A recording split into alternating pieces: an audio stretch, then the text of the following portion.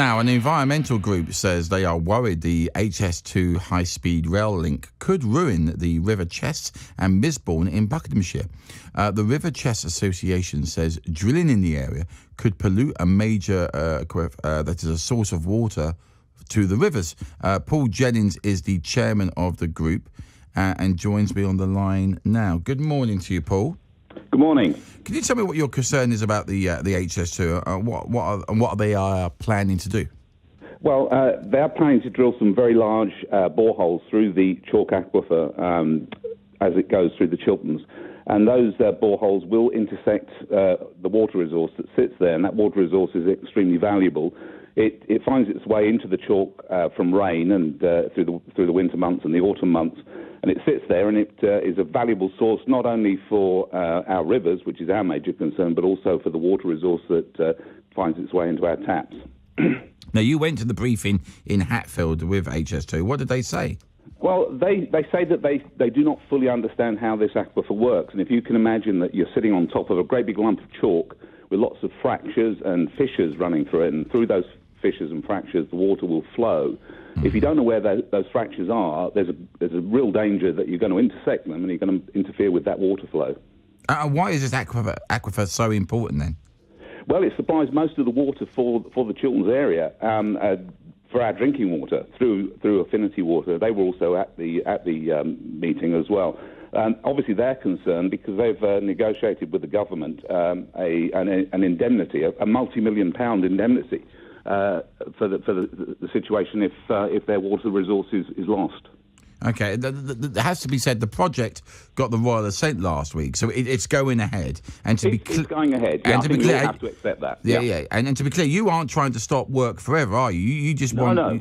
So what do you want to see happen? Well, what we need to see happen is a series of studies carried out by HS2 before they start the drilling. What we are worried about is they're going to start the drilling and they're going to put these boreholes in there, then they're going to find the problems. We want to understand the aquifer before they even start that work so they can avoid the problem, not find 3-4 years down the line that our water resource is polluted or it stopped flowing altogether, or even it could redivert and become a flood issue. Oh, really? That could happen, could it? It could happen. I mean, the water goes into the aquifer. It has to come out somehow. At the moment, it comes out as drinking water, and it comes out as water through our rivers, through the River Chess and through the River Misbourne. If it gets interfered with, if those migration paths under the ground get interfered with, that water will have to find another location to come out. And at the moment, we don't know where that is, and it could be a flood issue. Surely the developers wouldn't do a project like this without having proper environmental approvals. I mean, why can't you trust them? Well, I think we do trust them. They're under a lot of stress and strain to get this project done on time and on budget. They're aware that this is a problem, but they think it's a problem that they can overcome as they go forward. Our concern is that they'll take that approach and we'll find there is a problem because they haven't done the appropriate work. I mean, this is an underground resource, so obviously it's difficult to understand because we're sitting on the surface. But many organisations, the oil industry, for example, spend a lot of time understanding these reservoirs below the ground before they do any work. That's not happened with this project, and they do need to engage now and ensure that they've done everything they can to understand what goes on below the surface, because we could lose this resource. Okay, thank you very much for joining us this morning. That was Paul Jennings there, who's chairman of the group, the Royal Chess Association.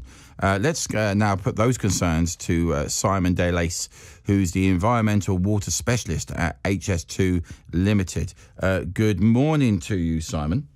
Good morning. Thank you very much for joining us this morning. So you've listened to Paul's concerns there. Do you understand what you're doing when you're going underground there and stuff like that when going through chalk? Absolutely, and I think the first point I want to make is that nobody should be worried about their water supply, flooding in the area, or any water pollution. We've been very well aware of this sensitive situation for well over 4 years now, and we've identified it early on in our environmental statement back in 2013. In fact, it was almost the subject of my first meeting when I joined High Speed 2 about 3.5 years ago. And since then, we've been working really closely with Affinity Water, who's a local water provider within the area, and with the Environment Agency, really to make sure that we undertake all the necessary steps to protect the aquifer, the River Misbourne, Misbourne from the kind of impacts that have just been stated. So have you done everything you can to understand this underground resource, as Paul Jennings said? Well, our current plans have been heavily scrutinised by the likes of the Environment Agency and by Affinity Water, and subsequently by in Parliament through the Select Committee process that we've just been through. And actually, both Affinity Water and the Environment Agency were so confident in the position that we've got to that they wrote to Parliament stating they're confident in our approach and that there wouldn't be any impact on people's water supply or the rivers. Okay, because Paul mentioned it when we had a little chat with him there, but he understands. He's not trying to stop the project completely. Mm-hmm. He understands that you're under stress and strain to finish the project on time. You're not going to take shortcuts here. You're going to do things right and proper, aren't you? Absolutely not. And I think it's important to say that prior to us actually being able to undertake any works within these kind of sensitive locations, we actually need prior approval from the Environment Agency, which means that before they give us the green light to actually do any of the borehole drilling that the concern was raised over, the Environment Agency have to be fully satisfied that we've conducted all the necessary assessments, that we have all the appropriate measures in place, and that it won't result in any of these impacts.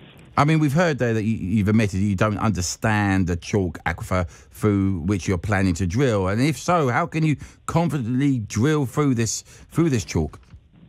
Well, no, as I say, we've been working really closely with the Environment Agency, with Affinity Water, and our plans have been heavily scrutinised.